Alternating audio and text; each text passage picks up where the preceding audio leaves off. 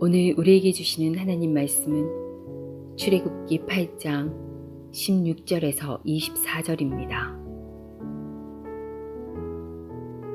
여호와께서 모세에게 이르시되 아론에게 명령하기를 내 지팡이를 들어 땅에 티끌을 치라 하라.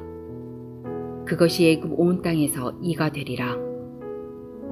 그들이 그대로 행할세 아론이 지팡이를 잡고 손을 들어 땅에 티끌을 치매 애굽 온 땅의 티끌이 다 이가 되어 사람과 가축에게 오르니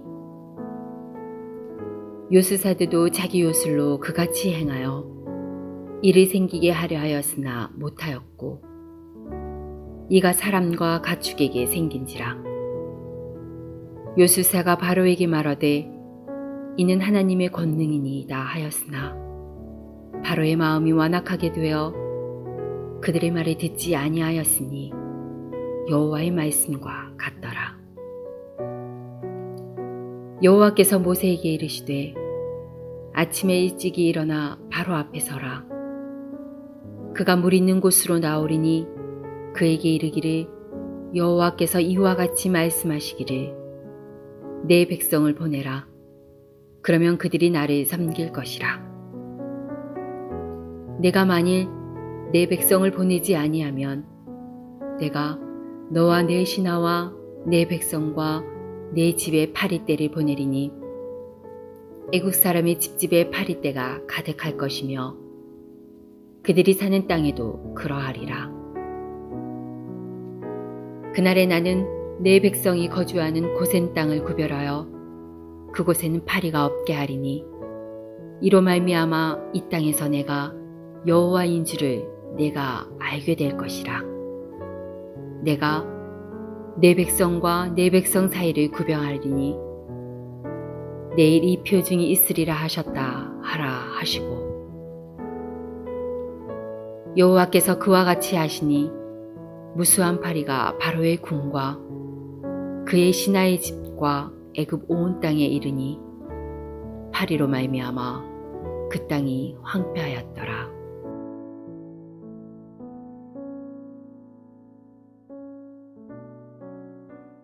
오늘 본문은 세 번째와 네 번째 재앙의 기사가 나오고 있습니다.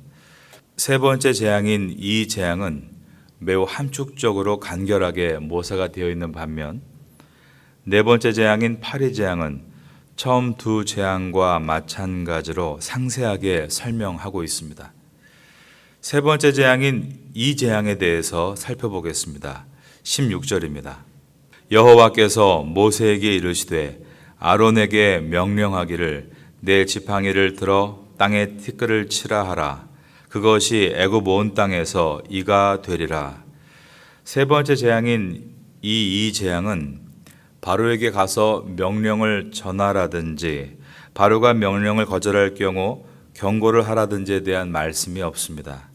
바로 지팡이를 들어 땅에 티끌을 치라라고 하셨습니다. 하나님께서 땅을 치라라고 명령하신 것은 첫 번째 재앙이었던 나일강이 피로 변한 사건이 1차적으로 나일강의 수호신인 크눔을 비롯해서 나일강의 여러 신들을 심판하신 것과 같이 두 번째 재앙이었던 개구리 재앙이 번영과 출산의 신인 헤케트를 심판하신 것과 같이 세 번째 재앙인 이 땅에 티끌을 치라라는 것은 애굽의 땅의 신인 케브를 심판하시는 것이었습니다. 애굽 백성들의 먹거리였던 밀을 비롯해서 민수기 11장 5절에 보면 오이와 참외와 부추, 파, 마늘 같은 것을 추수하게 하는 애굽 땅을 그들은 케브라는 신의 이름으로 섬겼습니다. 그런데 하나님의 명령대로 지팡이를 잡고 땅을 치니 애굽 온 땅에 있는 티끌이 다 이가 되고 말았습니다. 여러분이 이를 아실 겁니다. 몸에 붙어서 피를 빨아먹는 벌레이죠. 이가 머리에나 또 몸에 붙어 있으면 매우 간지럽고 괴롭습니다. 고대로부터 이 구절을 이라고 번역한 것은 이 단어가 피를 빨아먹는 벌레라는 뜻이기 때문입니다. 그런데 히브리어를 헬라어로 처음 번역했던 셉투아진트 70인 역에서는 이것을 좀 더 현실적으로 번역하면서 애굽에 서식하는 모기라고 번역을 했습니다. 애굽의 모기는 몸집이 매우 작고 쏘는 힘이 강합니다. 초대 교회의 교부였던 오리겐도 이 재앙을 모기 재앙으로 보았습니다. 모기는 날개를 갖고 있어서 이보다도 훨씬 민첩하게 달려 무는데 애굽의 모기는 아까 말씀드린 대로 몸집이 매우 작기 때문에 눈썹뿐 아니라 코 속까지 들어가서 문다고 합니다. 17절을 보겠습니다. 그들이 그대로 행할새 아론이 지팡이를 잡고 손을 들어 땅에 티끌을 치매 애굽 온 땅의 티끌이 다 이가 되어 사람과 가축에게 오르니 이것이 이든 혹은 더 심각한 모기든 간에 공기 중에 모든 먼지가 얼마나 많습니까? 그런데 그것이 다 티끌이 해충이 되어 변했다면 어떻게 살겠습니까? 그 따끔거림에 괴로워서 살 수가 없었을 것입니다. 애굽 사람들은 자신에게 불을 주는 강과 다산을 소원하며 섬긴 개구리와 추수를 얻게 해주는 땅이 자신에게 오히려 고통을 주는 경험을 하고 있습니다. 하나님께서 애굽 사람들이 의지하던 것들을 심판의 도구로 사용하시는 것은 우상 숭배에서 떠나고 참되신 하나님이 누구신가를 알게 하시는 데 있습니다. 오늘날도 마찬가지입니다. 하나님은 우리가 의지하고 있는 것, 그것이 바로 우상인 것을 생각하게 하시고 내가 하나님보다 무엇을 더 의지하고 있었는지를 돌아보게 해 주십니다. 애굽 사람들이 의지한 강이, 의지한 땅이 고통과 절망을 주고 있는 것 같이 우리가 의지하는 것이 고통으로 돌아올 때가 있다는 것입니다. 가령 돈을 의지하고 살았는데 돈이 사라진다면 그 절망과 고통이 클 것입니다. 아예 돈이 없어서 의지하는 것이 작으면 괜찮은데 나의 노후가 모두 다 이 돈에 있다라고 생각을 하고 내 인생을 돈에 걸고 있었는데 그 돈이 사라진다면 고통은 너무나 클 것입니다. 하나님만큼 그것을 생각하거나 하나님보다 그것을 더 의지할 때 그것은 우상이라고 부르는 것입니다. 그리고 그 우상은 언제나 나에게 환희도 주지만 고통도 줄 수 있다는 것을 기억해야 하는 것입니다. 오늘 이어서 보게 될 네 번째 재앙인 파리 재앙에서는 하나님께서 애굽 안에서 이스라엘 백성들이 살고 있는 고센이란 땅은 그 재앙을 내리지 않았다라고 기록이 되어 있습니다. 아래에 있는 출애굽기 8장 22절을 한번 보겠습니다. 그날에 나는 내 백성이 거주하는 고센 땅을 구별하여 그곳에는 파리가 없게 하리니 이로 말미암아 이 땅에서 내가 여호와인 줄을 내가 알게 될 것이라. 너무 어려운 재앙은 주님께서 막아주신 것입니다. 그렇다면 이 세 번째 재앙, 이의 재앙인 경우는 비록 온몸이 따가운 몹시 괴로운 재앙이지만 이 고난이 이스라엘 백성들에게도 동일하게 왔다는 것은 우상 숭배에 빠지지 않도록 그들에게 경각심을 주는 유익함이 됐다라는 의미도 있는 것입니다. 이스라엘 백성들도 400년 동안 애굽에 살면서 비록 노예로 살고 괴로웠지만 그럼에도 불구하고 풍성한 추수를 거두는 애굽 땅을 사랑했습니다. 그들이 하나님의 은총으로 출애굽했을 때 처음에는 너무 기뻐했지만 점점 그들이 지나는 광야의 땅이 애굽 땅과 같지 않은 것에 대해서 불평합니다. 민수기 11장 5절과 6절에 보면 우리가 애굽에 있을 때에는 값없이 생선과 오이와 참외와 부추와 파와 마늘들을 먹은 것이 생각나거늘 이제는 우리의 기력이 다하여 이 만나 외에는 보이는 것이 아무것도 없도다라고 말합니다. 그러므로 이스라엘 백성들에게도 그들이 애굽의 땅에서 티끌이 변해 이가 되어 자신을 덮치는 이 경험은 물론 애굽이 너무 좋은 땅이고 그 땅에 머무는 것이 편하다 할지라도 그 땅은 결코 우리가 머물 땅이 아니라 떠나야 할 땅이었음을 기억하게 하는 하나님의 은총도 됐다라는 것입니다. 이것은 우리에게 많은 생각을 하게 만들 수 있습니다. 여러분, 우리가 겪는 어려운 시간, 어려운 환경이 오히려 더 귀한 보화를 발견할 수 있는 기회가 된다면 이 어려움은 우리에게 유익한 것 아니겠습니까? 진정한 보화는 예수 그리스도이십니다. 우린 그것을 아는 사람들입니다. 안타까운 것은 우리가 그것을 많이 잊어버렸다는 것이죠. 처음에 내가 왜 태국에 왔는지를 잊어버렸고 내가 여기서 사는 목적을 잃어버렸다면 오히려 우리에게 닥치는 이의 재앙은 하나님의 거룩한 보화를 발견할 수 있는 놀라운 은총으로 돌아올 수 있는 것입니다. 여러분의 삶 가운데 참된 보화, 그리스도를 발견할 수 있는 은혜의 기간 될 수 있기를 바라겠습니다. 8장 18절입니다. 요술사들도 자기 요술로 그같이 행하여 이를 생기게 하려 하였으나 못하였고 이가 사람과 가축에게 생긴지라. 요술사들은 첫 번째 재앙인 물이 피가 되는 사건과 두 번째 재앙인 개구리 재앙은 다 따라했습니다. 그런데 세 번째 재앙부터는 따라하지를 못합니다. 특별히 세 번째 재앙을 겪으면서는 매우 고통스러워하고 바로에게 이것은 사람의 힘이 아니라 하나님의 권능입니다 라고 고백합니다. 19절입니다. 요술사가 바로에게 말하되 저를 따라하겠습니다. 이는 하나님의 권능이니이다. 히브리어 원문에는 하나님의 손가락입니다 라고 되어 있습니다. 요술사들이 이 세 번째 재앙을 하나님의 손이 직접 치시듯 피부로 느끼고 있는 이유는 고대 애굽에 있는 신을 섬기는 제사장들은 제사를 준비하면서 몸의 정결을 유지하는 것이 제일 중요했습니다. 고대 이집트인들의 벽화를 보신 기억이 있을 겁니다. 머리털이 없지 않습니까? 다 민 것이죠. 제사장들은 머리털뿐 아니라 머리부터 발끝까지 모든 털을 다 밀었습니다. 그리고 수염만 기르는데 이 수염에 양편을 각을 가지고 깎습니다.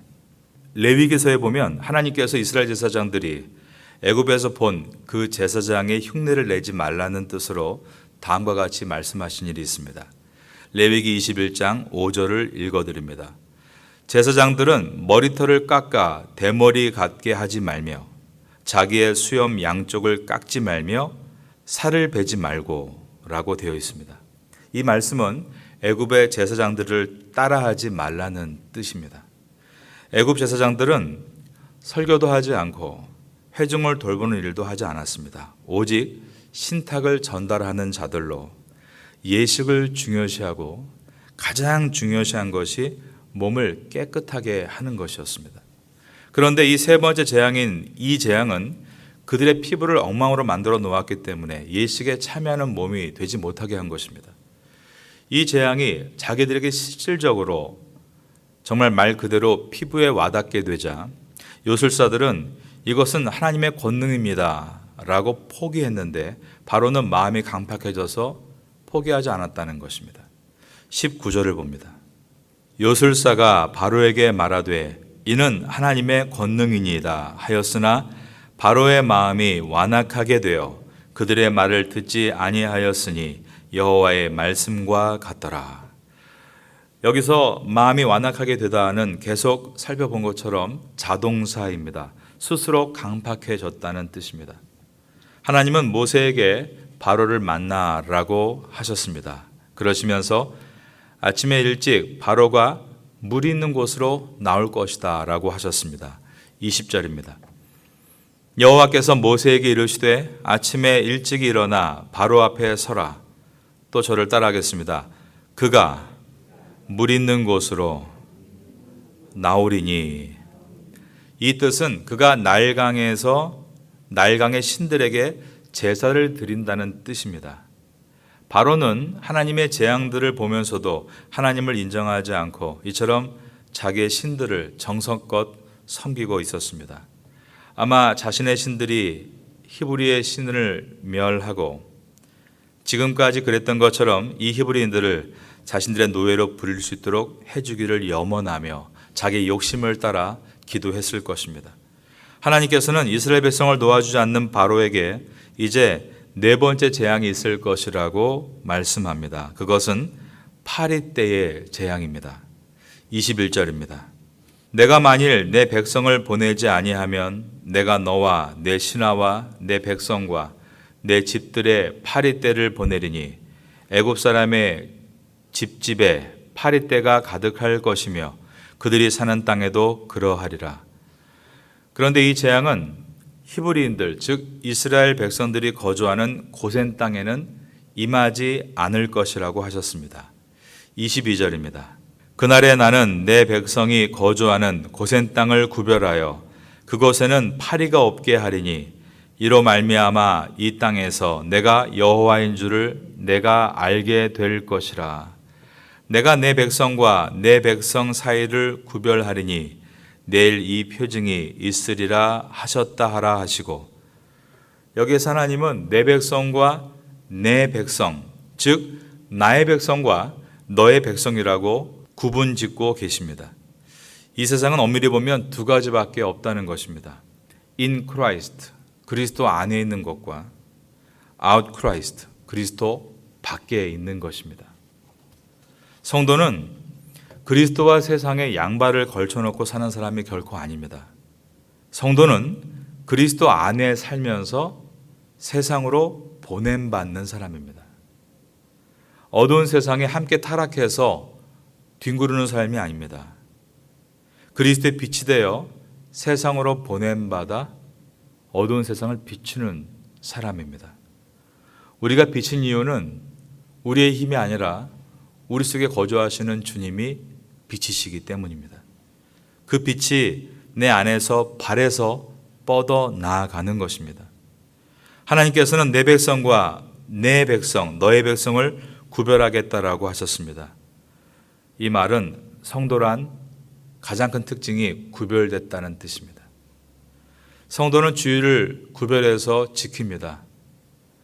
형식의 구별도 분명히 중요합니다. 그런데 생활의 구별도 중요함을 잊지 말아야 합니다.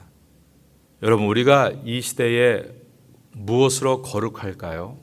여러분, 술 안 드시고 담배 안 태우시고 그러면 거룩하다, 그 정도면 됐을까요?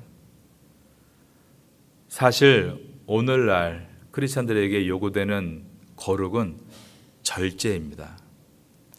정말 지금은 과거 2000년, 아니 4000년 모세 시대부터 돌아봐도 가장 잘 살고 있는 시대죠. 우리가 아까 봤던 애굽에 오이 없다고 불평합니까? 수박이 없다고 불평합니까? 근데 우리에게는 그때와 지금과 비교할 때 여전히 동일하게 똑같은 불평으로 살고 있습니다. 그 불평은 절제하지 않으면 절대 해결되지 않습니다. 욕심의 열차에서 내리지 않으면 그 불평은 반복되는 것입니다. 모든 사람이 불평하고 있는 오늘날 구별이란 그 의미는 절제입니다. 감사하는 것입니다. 그렇게만 살 수 있어도 우리는 세상에서 얼마든지 구별될 수 있다는 것을 기억해야 하는 것입니다. 부족한 게 많죠. 그런데 여러분, 하나님이 정말 내 인생의 주인이시고 내가 in Christ, 주님 안에 있는 것을 믿고 있는 성도라면 나에게 부족함은 없습니다. 왜냐하면 주님이 나의 모든 것이기 때문입니다. 그리고 주님께서 항상 내 인생의 가장 보배로운 보화라는 것을 기억한다면 나는 언제나 부자입니다. 어느 때부턴가 부자라는 개념이, 또 내 안에 부족함이란 개념이 주님에서 떠나서 세상의 가치관으로 놓여 있을 때 우린 늘 궁핍하고 심령이 매우 곤고한 것입니다. 오늘 이 아침 가운데 주의 말씀을 함께 듣고 묵상하고 기도하시면서 다시 한번 우리의 심령 가운데 Jesus is all, 주님으로만 만족합니다 고백하고 광야 같은 인생 가운데서 우리가 얼마나 부유한 자인가를 돌아볼 수 있다면 우리는 오늘도 복된 하루를 살아갈 수 있습니다. Jesus is all, 주님이 우리의 모든 것입니다. 이 아침 가운데 그 은혜를 가지고 기도하시고 새 먹게 되시기를 마지막으로 예수님의 이름으로 축원합니다.